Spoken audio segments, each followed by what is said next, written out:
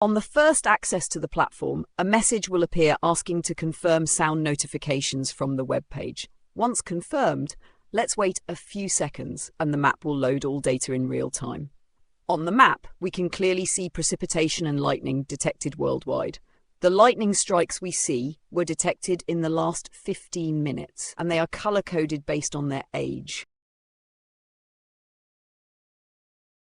White for strikes detected in the last minute, yellow for those detected between 1 and 5 minutes ago, orange for strikes detected between 5 and 10 minutes ago, and red for those detected over 10 minutes ago. On the left sidebar, there's a list of all fleet ships. Each ship's name is preceded by a coloured dot, indicating the level of risk based on current lightning activity around the ship. We can click on a ship's name to zoom in on it. When lightning activity is detected around the ship, the dot, the ship icon on the map, and the surrounding circles will turn yellow for lightning within 50 kilometres, orange for lightning within 25 kilometres, and red for lightning within 8 kilometres. The next column displays the time elapsed since the last lightning detection, followed by a toggle to enable or disable the sound alert for that specific ship. Every 15 minutes, the sound alert is updated if the storm activity continues, so if users want to silence it for this ship, they can use this control.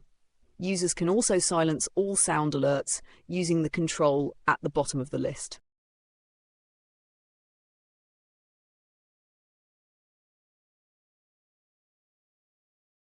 Clicking on a ship row will center the map on the selected ship, and we have the same functionality for the list of monitored ports.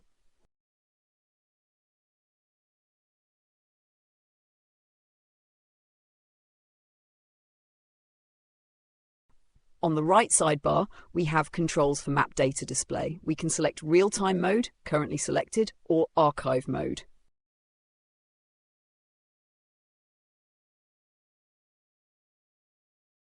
In real-time mode, we can enable or disable the radar and lightning layers.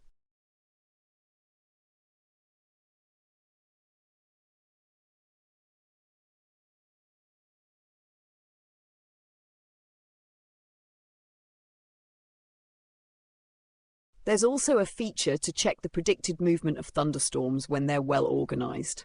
Let's see an example.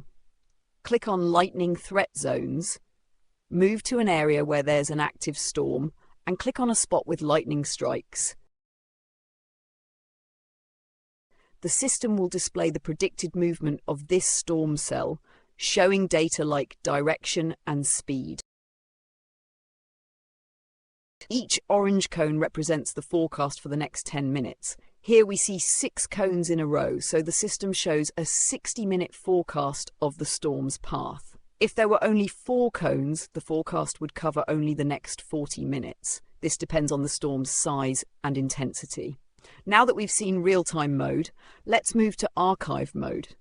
Click on the lightning button, and we can choose to view lightning activity from the past hour or select a specific date and time to search for a particular event.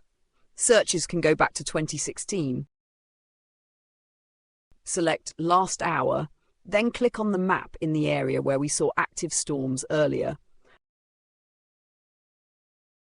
The system will search the archive and display all detected lightning within a 100 kilometers radius around the clicked point. Moving the cursor over each point shows information on these strikes: age, type, and detection time.